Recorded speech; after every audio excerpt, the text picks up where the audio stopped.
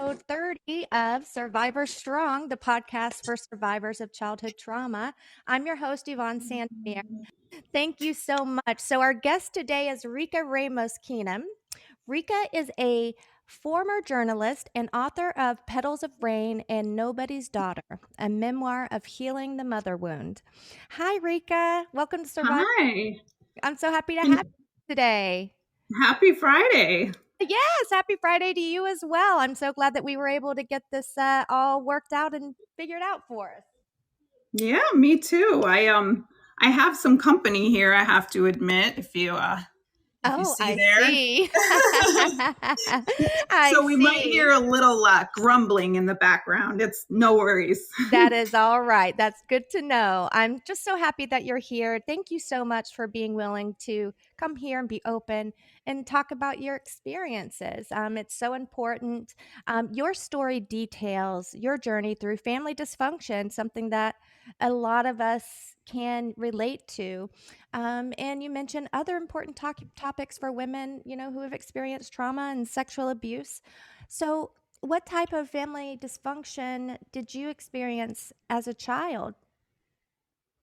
Well, I actually lived in a household where my mother was divorced and she remarried when I was around 5 or 6 years old.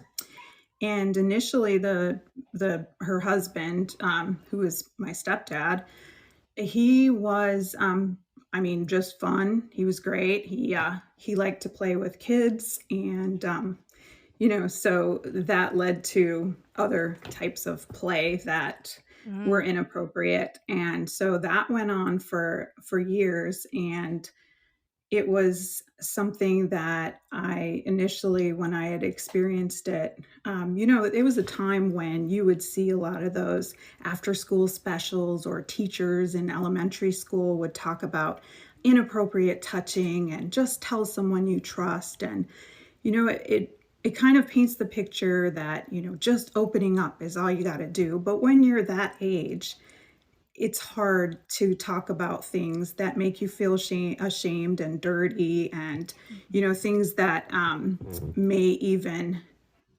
make people that you love and live with feel ashamed of you, or even disappointed in you. You get that feeling, and right, there's right. predators who prey on kids, and they know what to say. This is just our secret, and your mother would be disappointed or whatever. So I didn't tell anyone, and it ended up being a couple of friends who had spent the night. They had experienced it too, unfortunately, and they told their mothers. Their mothers called the school. So everything was out in the open. And after that had happened, I was just so relieved, thinking, okay, this is the end of it now. We can move on. He's going to be gone, and we're going to go on, like we should as a family. But that did not happen. And what I experienced was just my mom kind of shut down. She didn't want to talk about it. She didn't allow us to talk about it. And it was something that we carried, and I had to live with my abuser my entire childhood. And I grew to think that, it was the right thing to do, to suppress that and to keep it a secret. But, later in life, I then realized the impact of doing so. So that's definitely what the book is about. Right. Makes perfect sense. And obviously, I can relate to so much of that.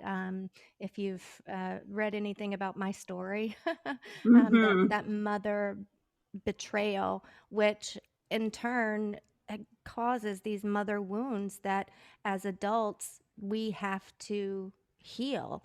And, Right. and I really want to get into mother wounds because this is something that I'm actually actively dealing with right now in my own life with my own mom. Things that have, come to light that I've, you know, um, the fact that she's not going to change. Mm-hmm. And there is nothing that I can do to change that. She's still repeating behaviors. She's still protecting perpetrators. She's still turning her back on um, her family members, her child family members who have been harmed by by their own family members. So anyway, can you tell our listeners, what is the mother wound? And more specifically, how do people know if they have the mother wound or have been affected by this? Well, I think that, even for me, it's been something that I'm still learning about. Like you said, if you have a mother who has not faced things and is still in that self-protective mode where, it's not admitting things, not giving you the validation that you need, you tend to be in a position where you seek that validation from other sources. You may continue to, as I had, create that. I need to hear it from her. I need to have some closure, and in order to do so, I need her to apologize, or we need to have this conversation. I need to, have something from her. But as you said, you have to admit that that person may not ever change. And there is a betrayal that has happened. And it's hard to accept that because we all want to believe that our moms really love us and have our best interests in mind. And that is probably the case some of the time, or, in some ways. But in other ways, it's not. And I realized that very much, and what the mother wound actually was, when I started to look back at the behaviors that I've had, and the things that have kind of caused me to feel like I need control in certain ways. Like, for example, an eating disorder, trying to control my body because I couldn't control external factors. I couldn't control what was happening in my life as a child, as a teenager. So those types of behaviors are red flags for women who are growing up with the mother wound, and also just a sense of not getting what you want from your mother, even if she is motherly in other ways. I mean, she could be a PTA cookie baking mom, but if she's not emotionally present, then you're going to get wounded. Mm, right. That makes a lot of sense, and those are very good uh, examples of what the mother wound looks like. And the research that I've done about it, to get more technical or psychological about it, I guess, is mother wounds are basically negative coping mechanisms that your mother has passed on to you due to their own childhood trauma, etc. So I'm assuming that your mom also experienced trauma and childhood trauma.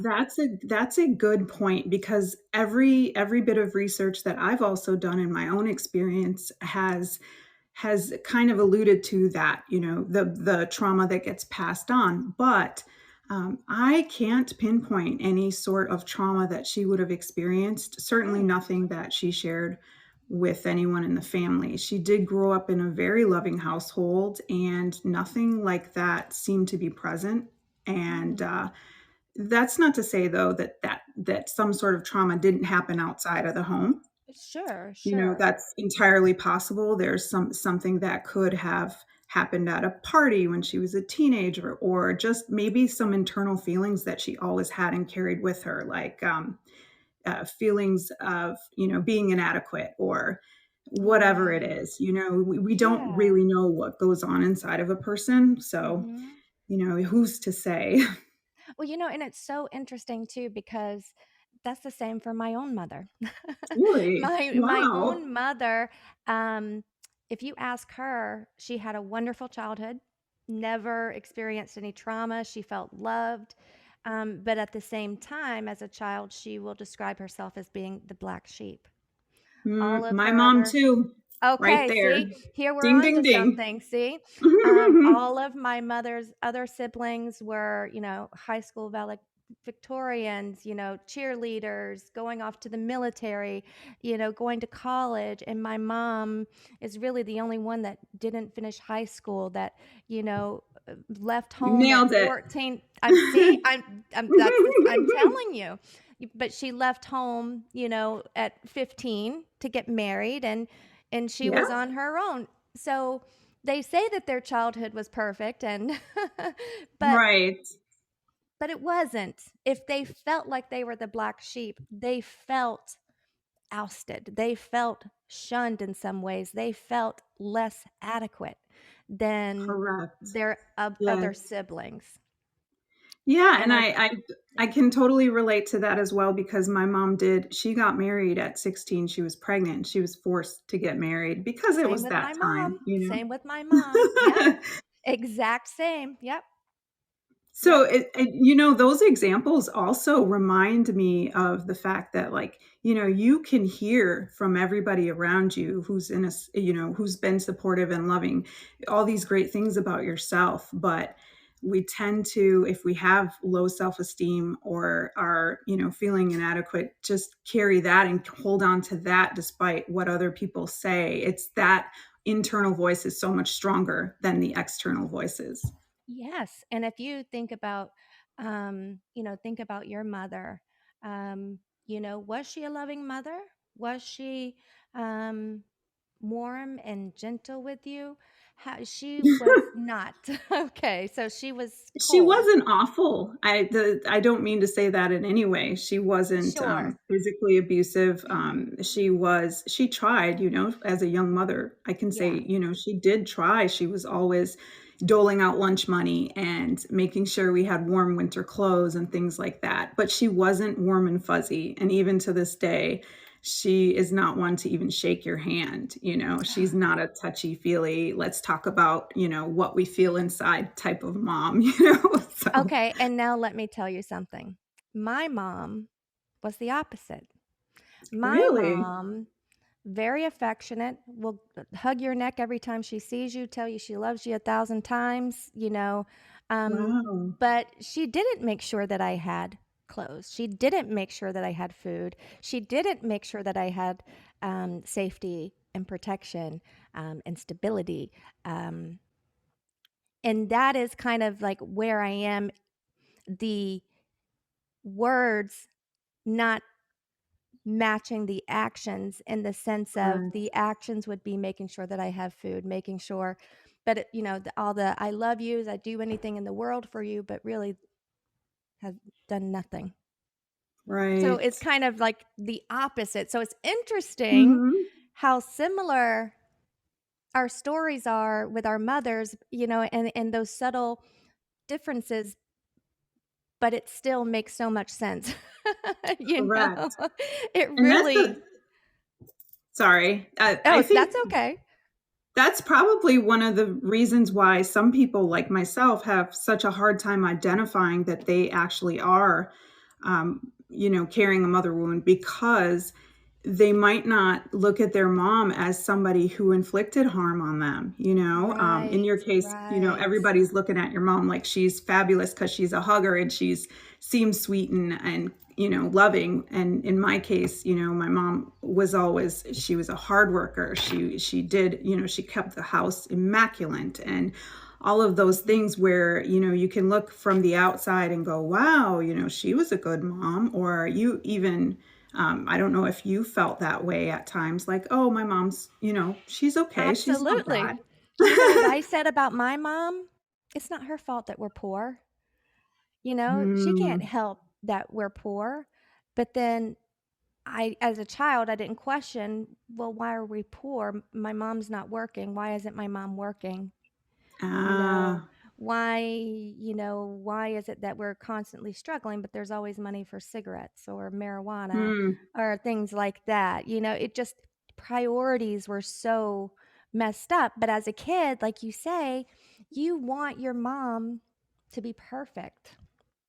You want to believe that your mom is the best mom, that she loves you, and so you're willing to overlook certain things, just to keep this relationship with your mom because correct. nobody wants to just go away. So you're willing to overlook these things and make excuses and justify or suppress is more like it. Let's be honest, we're really Correct. suppressing how we Yeah. feel just to keep this relationship. But what we don't realize is that that is making the relationship worse.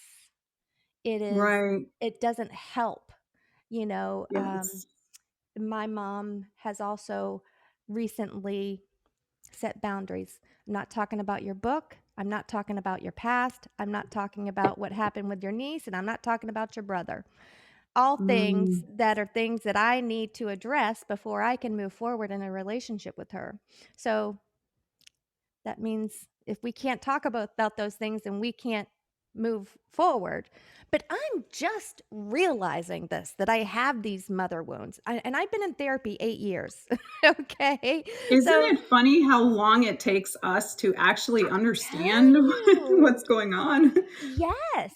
And so at what point did you realize, like, did you say, when did you realize, okay, the dynamics between me and my mom, okay, this isn't right. These are unhealthy and this isn't good. When did you come to realize that yourself?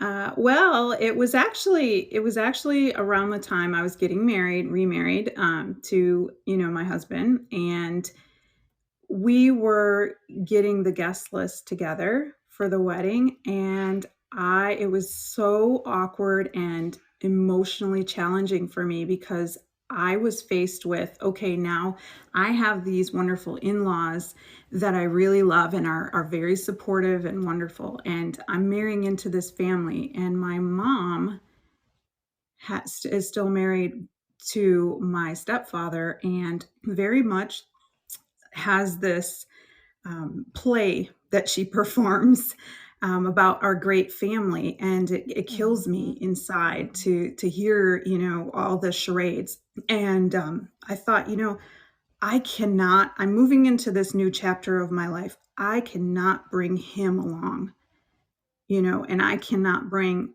these secrets and deception along into this new phase of my life. And so it just created this whole, chaotic event that just became a spiraling out of control type of depression for me. Mhm. And through therapy, I really, really understood what was happening and what needed to happen as far as boundaries being set and having the ability to let go of the expectations that of things changing that were possibly not going to change ever, and just stop looking for some sort of validation and answers from her that were never going to come. Mm. So that was the start, that wedding, Mhm. the sit down with the invitation list, and that was it. She ultimately decided she was not gonna come without him, and she made me feel very guilty about not inviting him. I was being a terrible daughter. Wow. Wow. Okay. I just, as you were speaking, it was like you were telling my story. I'm not even joking. 8 years ago, it was a month before my wedding to my husband. I was planning for the wedding. I got a phone call from my mom. She was concerned that some people couldn't afford the hotel to come in to fly into Florida from Georgia or Alabama or wherever they were. And so she suggested that they pitch tents in my backyard. And I was like, no, that's not happening. And, you have to understand when I repeat things that my mom says, she's a Southern woman. So I immediately go to that Southern. And she said to me, well, I don't know why not. You've changed since you've met him. You've changed. Oh, that was the same That here. that Mhm. sent me over the edge, and from that moment, I fell to the floor, and I regressed back to a four-year-old child, and I was pulling my hair, telling my husband everything that had happened to me. Wow. And everything that had happened to me, and from that moment, for the next I can't even tell you how long, it was a depression I've never experienced, couldn't get out of bed, couldn't change my clothes, couldn't take care of my children. Thankfully, I have a wonderful husband who stepped up, and, their dad is wonderful, and he stepped up when I needed him to. But and it's funny because a lot of people don't realize that this stuff happens around these big events, around these huge life Mhm. events, weddings, deaths, births, changing jobs, moving even. All of those things can really uh, throw your psyche into a tailspin if you've Correct. had childhood trauma. So I just had to share that similarity as well because Mhm. that it just spoke to my heart. I'm like, I totally get it. And this I is think why the Sorry, go ahead. no, and I was just going to say this is why I do this podcast.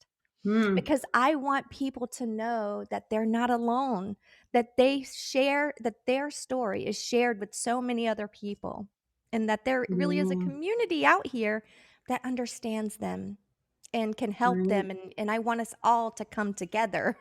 So anyways, what were you going to say? I was just going to say that the change you were talking about, how these triggers, these Yes. realizations that, oh my gosh, this is not normal. This is traumatic. I've been traumatized. It happens around a change. And I think that particularly for me, that it happened that way around this big life change. I'm getting married. I'm moving into this new chapter of my life. I Yes. think it really happened for me because all of my life I had been used to suppressing things and doing things a certain way, from early childhood where the secret came out and everybody just went on like normal. And How old were you, by the way, when it came out? How old were you, by the I way? was about 11. Okay. Okay, I'm thank 10 you. or 11 ish. Okay. And so, you're groomed and raised. You can't do what is not done in your household at that age. You have to go along with what you're taught. And so, it becomes that normal for you. And when you're in this phase or transition in your life where everything's changing, then it's kind of like a lot easier to reevaluate what had been previously because everything's changing. So Right. that was the situation for me. And so what do you think when you look back at it now, what what coping mechanisms do you feel like your mom passed down to you? Those negative coping mechanisms. Did she, what do you think she passed on to you? Well, I can definitely say now, I don't know if this is something that is genetic or if it's something that is due to probably both Mhm. the trauma, cleaning, habitual cleaning. And it's Mm. just I remember her literally ripping me out of bed at 5 a.m. on Sundays or Saturdays, so that she could wash my sheets, making me strip down, so that she could wash my pajamas. And she was kind of this like control freak with the house, and Wow. I tend to be that way too.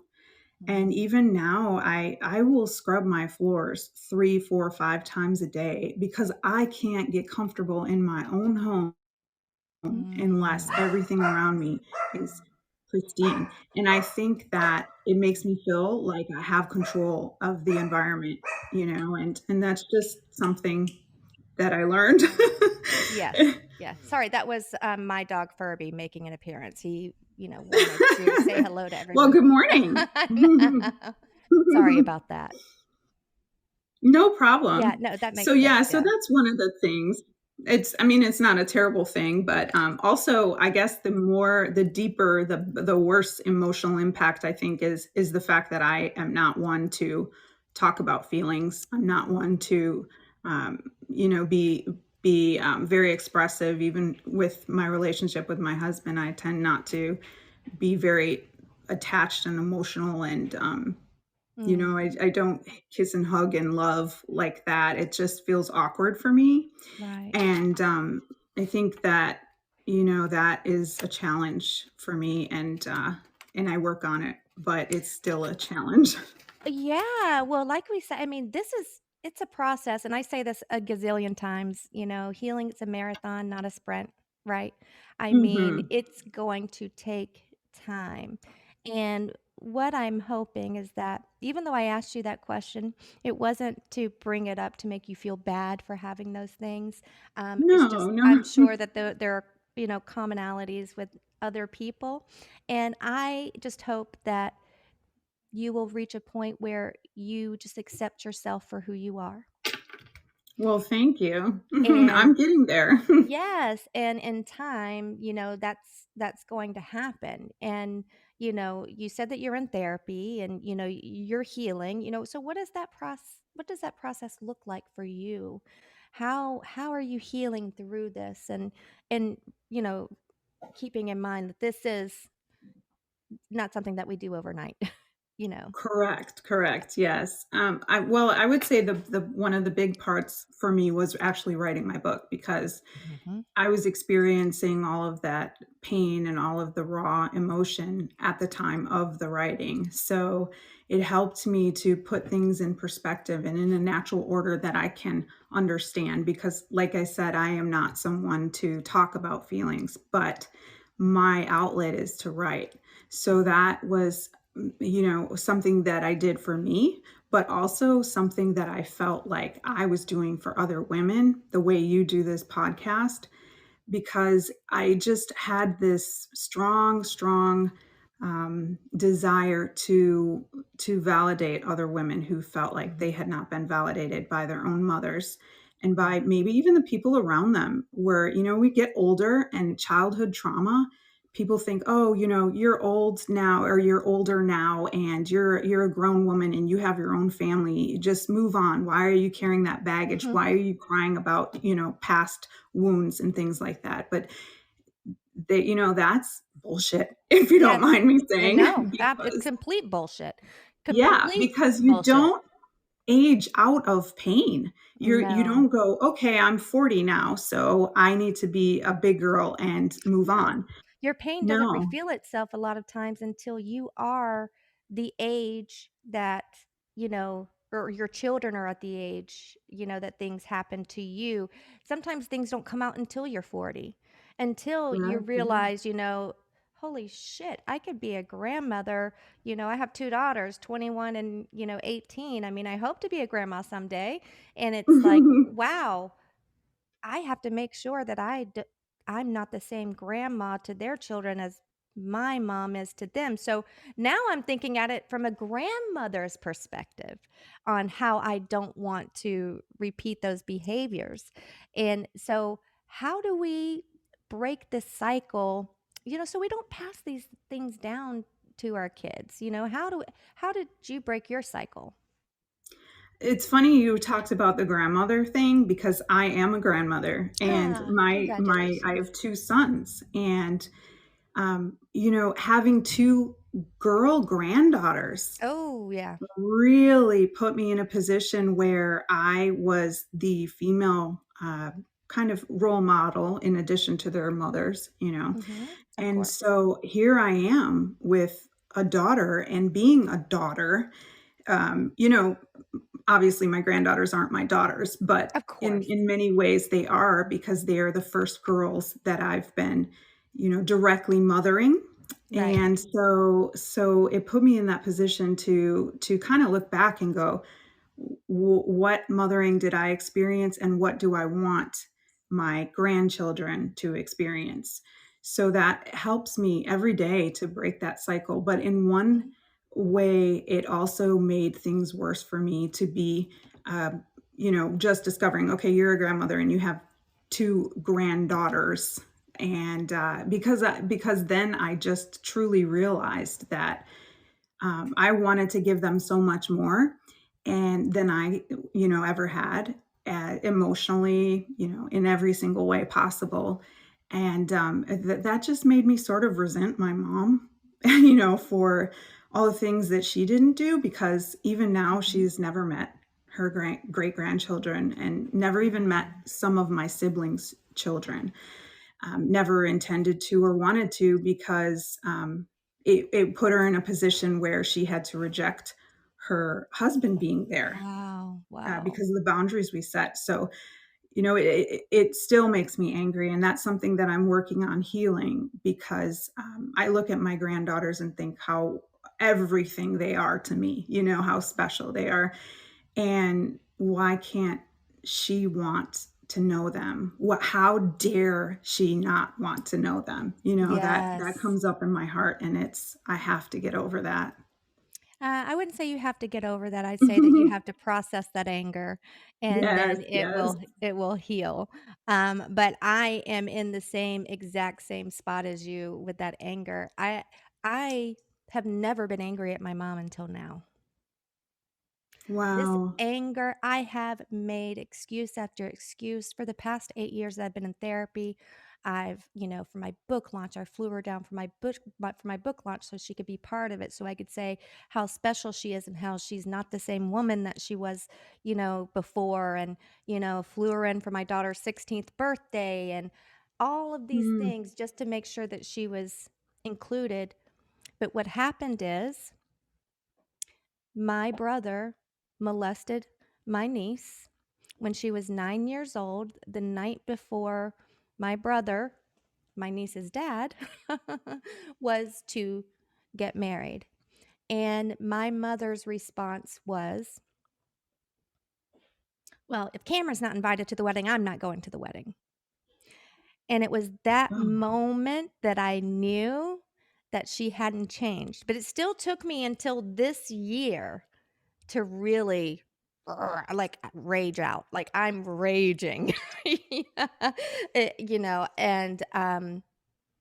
So don't suppress that anger.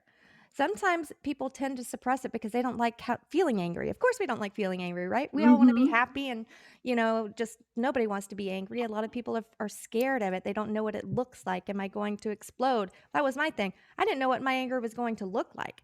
Was I going to Mhm. explode and, break shit, or what? What was I going to do? Be on the Um, news. yeah, exactly. But what I realized is that it just gave me confidence to speak my truth. And so I had a conversation with my mother very recently, within the past 3 weeks or so, where, like, when you're on the phone with somebody and you're so angry, you can no longer talk like this. It's like you got the phone out Mhm. here and you're like, "Ah!" That was me with my mother. And I have never talked to my mother in that way, ever. But it was so freeing at the same time. Mhm. So don't be afraid of that anger. It's actually really important. It's a really important part of healing. I mean, because you think about it, when you're dealing with mother wounds, a lot of time it feels like you're dealing with the loss of Mhm. your mother. And so you need to go through all of the grieving process. And part of that Right. is the anger, and then you get to acceptance. I mean, I don't know, can't remember the actual steps and order that Order things of it. happen. But Yeah. eventually, you get to acceptance, right? You have denial, and bartering, and, I remember thinking, as long as I pay for my mom to come to everything, then she's gonna be a part of my life. It's like, I'll pay Mm. for it. I'll just pay for it. And it's like, no, that does not change who she is inside. She still is Right. the same person. So I feel like I may have gone on a little bit of a tangent there, I'm sorry. No, no. Clearly, this is very very present in my mind, and Right. so what I wanna ask you is, what advice do you have for daughters with mother wounds? What advice would you give to help them begin the healing process? What do you think is the first step?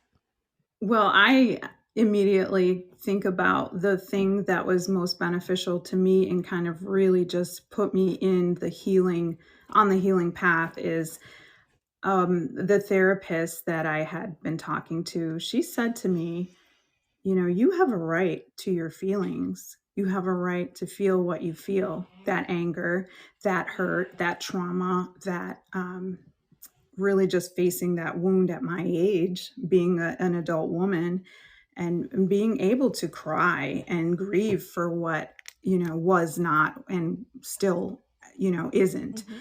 So I think that is so important. It just kind of like gives you the key to unlock everything that needs to come out in the open.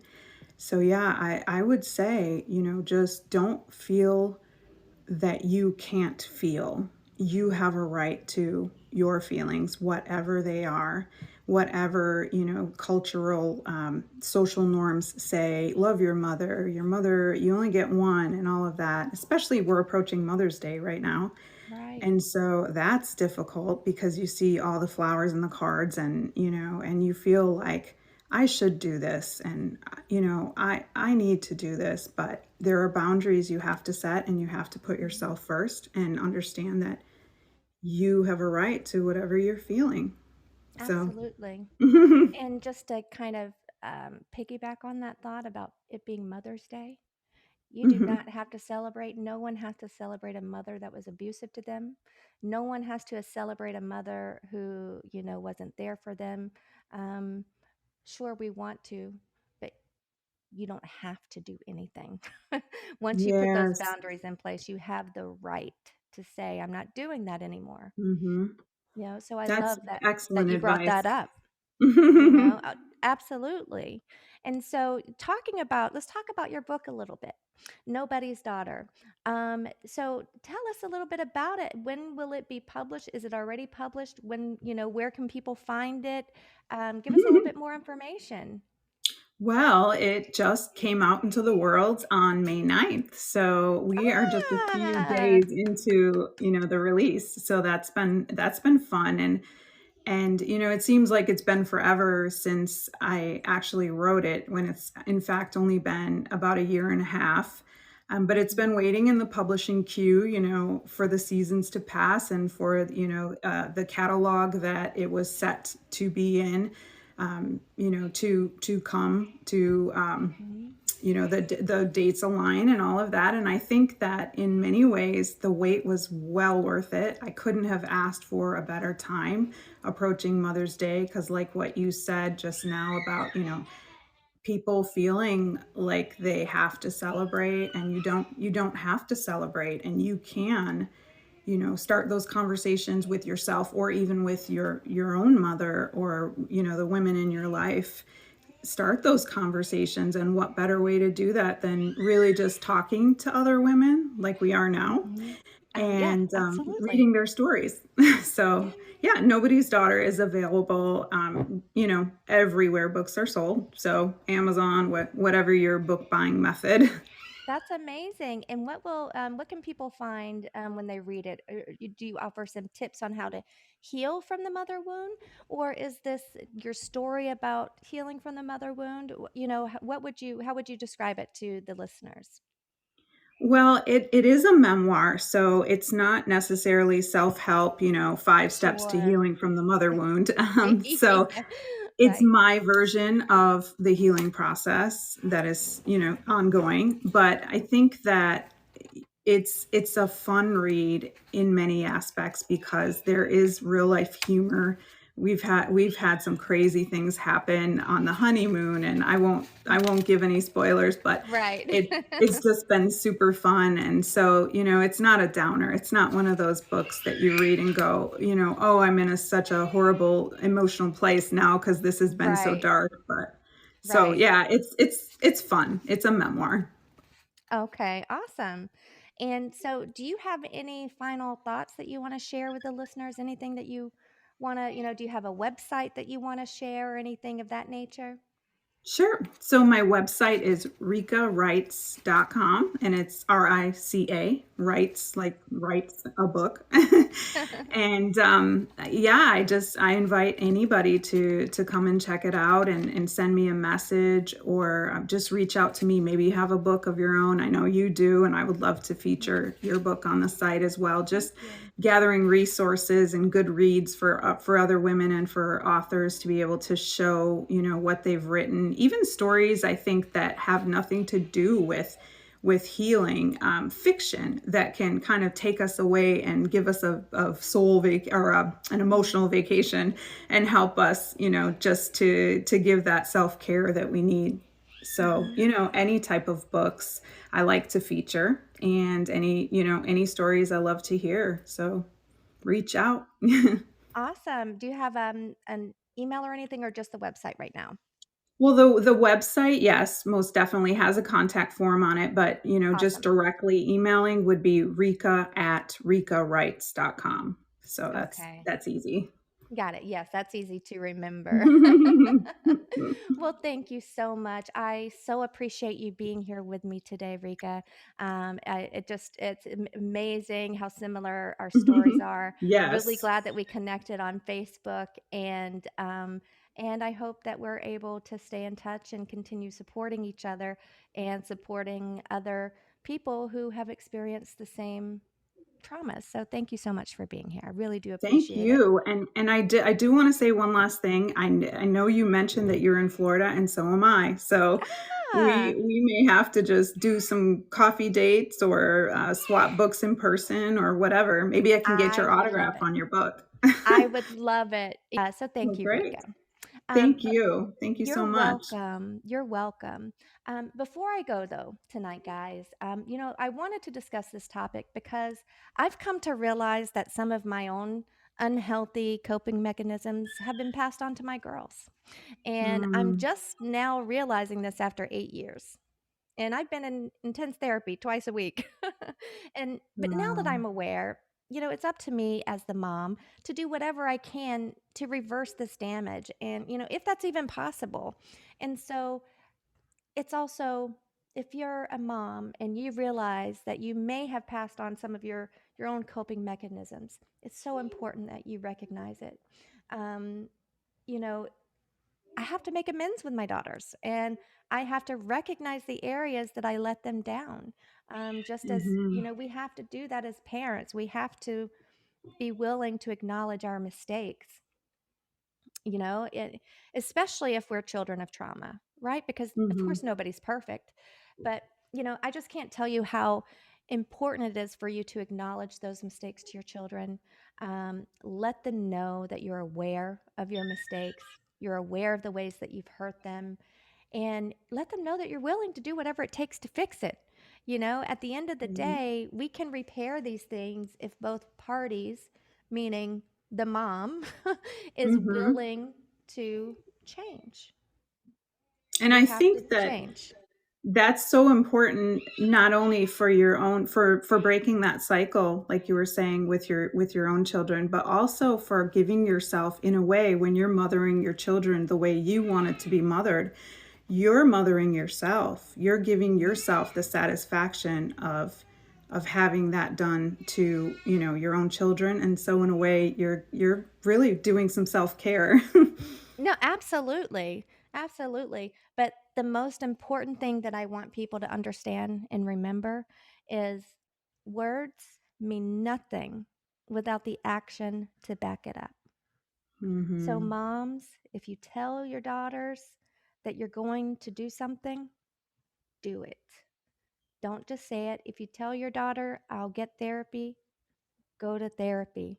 Really put Mhm. in the work because otherwise it means nothing. And those Agreed. words aren't going to change anything. So if you're really, really want to repair things, that's what it's going to take. And I just wanted to remind everybody my book, The Invisible Girl Memoir, is available everywhere, Amazon, Barnes and Nobles, obviously, etc.